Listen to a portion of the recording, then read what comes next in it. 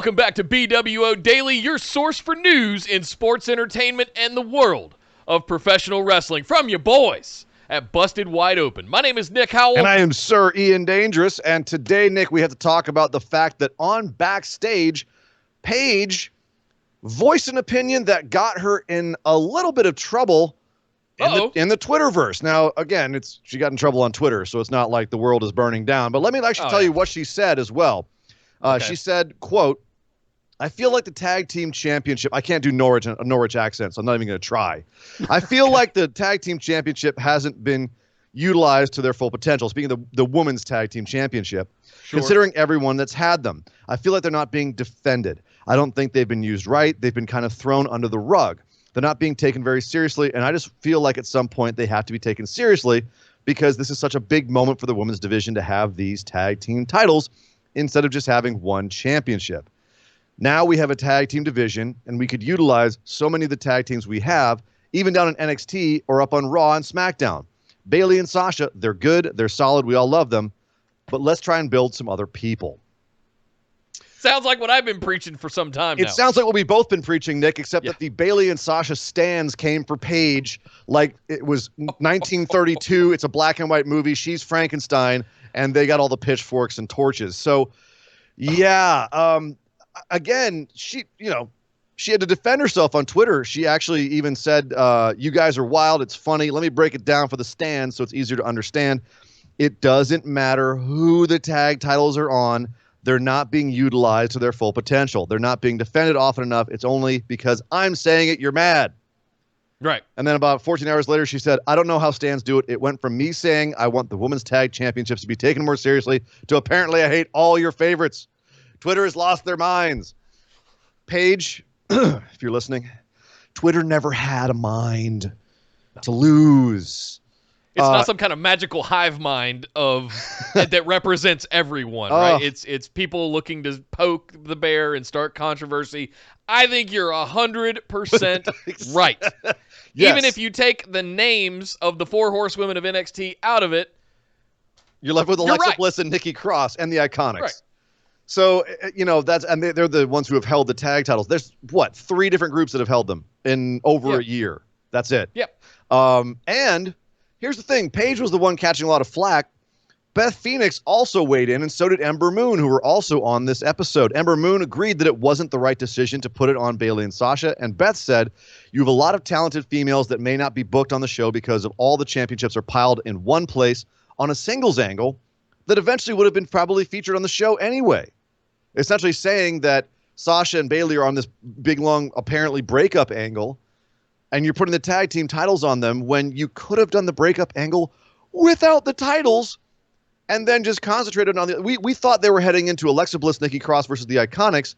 Now Bayley and Sasha have been inserted into this, and it's a triple threat at Backlash, as opposed to focusing on those two teams. Or as Beth said, she wanted them to come to NXT, and you could feature 4 girls at once in one match. So... yeah, I also want to throw in my hat. Testify. That's all I got to say. If you're going to come for Paige on this, you best come for us too, because they're 100% right. You didn't need all the damn titles on Sasha and Bayley. They're fine. They could have had their angle without those titles. If you like them so much, understand they're good enough to be able to do this without the titles. Other people can use the titles. You have dozens of women on that show you could be utilizing. But this is... I want everybody to imagine for a second. Forgive me for butting in. Imagine for a second Becky Lynch hadn't been pregnant and we hadn't dropped the title from Charlotte in Your House this past Sunday. Becky Lynch would be Raw champion. Charlotte would be NXT champion. Bayley would be SmackDown champion. And Bayley and Sasha would be the women's tag team champions. Stop it! There Enough! are four women in the company. Yeah. Please. Thank you, Paige, for speaking up. And all of you that are going after her, stop it, because you're the problem. Yeah. You're the reason that everybody is going after her. God, she's so right, dude. Yep. I've never heard anybody articulate it that well. That is exactly the cancer that is going on right now in WWE Women's Division. Thank you, Paige. It's actually, I'd say it's endemic to WWE in general. They tend to... remember when you had to have Braun and Seth have all the titles at once. Like he was like, you don't need you. Why you need the tag titles in there? So well, it undermines your tag division. It's been spoken about a lot. Thank you, Paige, for saying something about this. You could have all the stories, show some other woman without and Beth and Ember and everybody who's speaking up about it. So, especially because we just showed Evolution on FS1 last night, and I'm waiting to hear about the ratings and how the numbers did. But they're talking about an Evolution 2. It was the best pay-per-view of that year. You're just saying, in WWE. Yeah, in WWE. Yes. You have all those all-men shows in Saudi Arabia. You can't have one woman's show a year. Come on. Hashtag equality. We don't need Fastlane and Roadblock anymore, Let's have another. Let's have a women's pay-per-view. We could probably standard. let slide. Yeah. If you can like name Backlash. a pay-per-view Great Balls of Fire, you can have an all-women's pay-per-view named Evolution.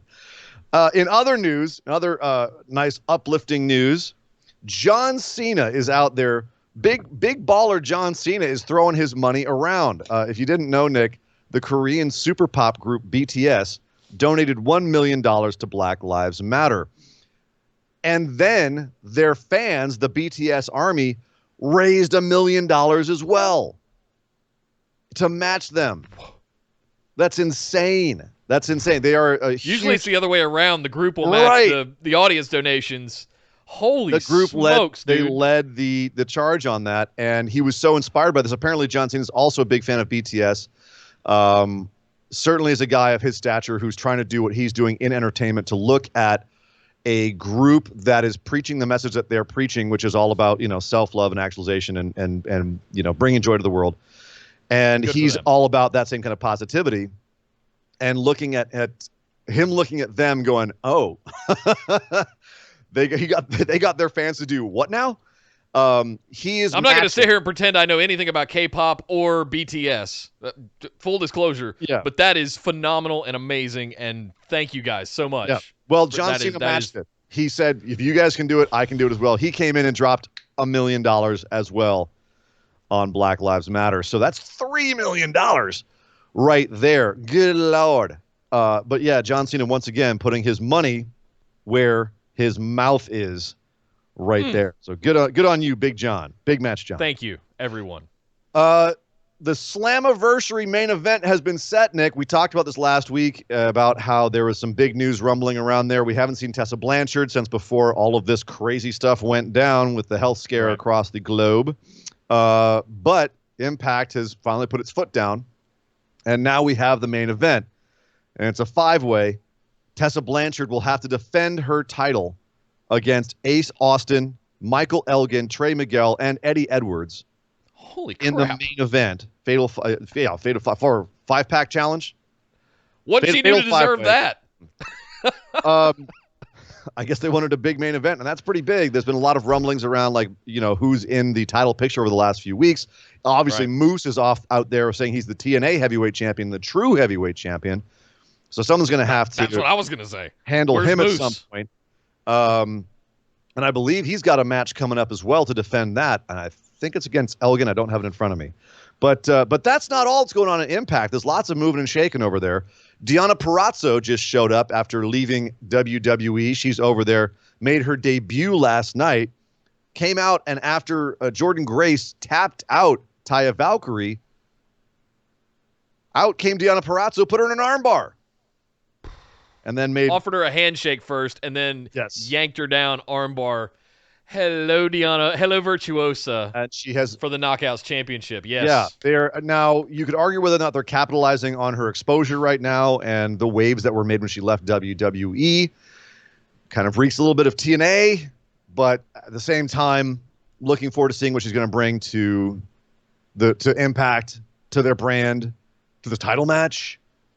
I'd say she's capitalizing on her exposure right now, and bravo to you for doing so. I think everyone's capitalizing. Everyone's out here to make money, so I think they all are. Yes.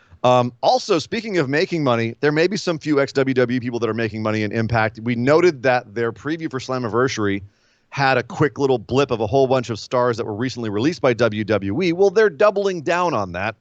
You have Rhyno gets into an argument with Trey Miguel, and Trey wants to be his tag team partner, and Rhyno says, No, I don't need a tag team partner. I've already got a tag team partner. Looks in the camera, and he's got kids. And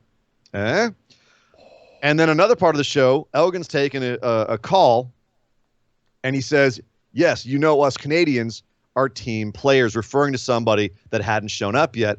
Well, the only Canadian that was released and then featured in that little trailer for Slammiversary was, of course, Eric Young, who has had a big impact in Impact before. So right there, very directly teasing two former WWE employees who may be headed over to Impact. And frankly, I'd be excited about both of them. Same. Remember when Rhyno and Heath Slater were the hottest tag team in WWE? Yes. And they Bungle City. Impact's like, I'll pick that up and I will make some money with that. So at least that's how it's looking right now. Good. And then a little bit of sad news. Mr. Wrestling 2, a.k.a. Johnny Walker, has passed away at the age of 85. If you were ever a fan of Georgia or Florida wrestling in the 70s and early 80s, you knew about Mr. Wrestling Dos. He was actually one of the things he was famous for was Jimmy Carter, of course, the former governor of Georgia. He was Jimmy Carter's favorite wrestler. And not only that, he was Jimmy Carter's mom's favorite wrestler. Like they actually sat down, like he had a 2-hour conversation with Jimmy Carter's mom, and the mom was all about it. That's pretty awesome. That's fantastic. She was a fan of the Graps, and so was Jimmy Carter. Actually, Jimmy Carter invited Mr. Wrestling to the inauguration ceremony, and Mr. 2 could not sit at the main table because the security guards, the Secret Service, said you can't sit next to the president or near the president if you have the mask on. Mr. Wrestling 2 was a masked wrestler. Right. And he's like, I can't take off my mask. That was the mask is important. You can't remove the mask. And so he wasn't able to sit at the main table.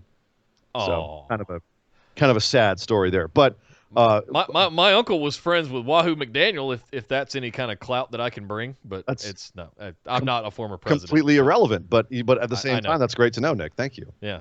Did you know that at the beginning of his career, Johnny Walker was known as Rubber Man because he could move his bodies in ways most people couldn't, and he could get out of holds other people couldn't? I had heard that, but I didn't understand the context. Yes, it's called Rubber Man because he was very limber.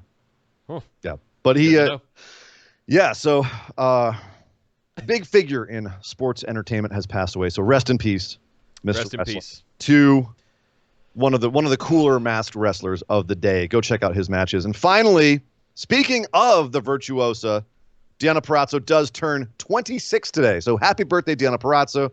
Happy birthday. Good luck in Impact. Best of luck. Hopefully the match with Jordynne Grace is a banger, and we will all enjoy it very much. And that is the news, Nick. Well, thank you very much, Surrey and Dangerous, and thank you guys for checking out this edition of BWO Daily. Make sure you're subscribed to the channel by clicking the button down below. And speaking of down below, you can find all the links to all of our other stuff, like our Discord community, where we have live chats all throughout the week for every show from Raw, NXT, AEW, SmackDown, and beyond, including pay-per-views.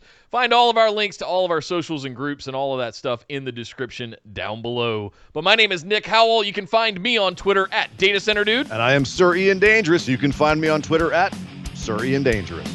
And we will see you guys next time.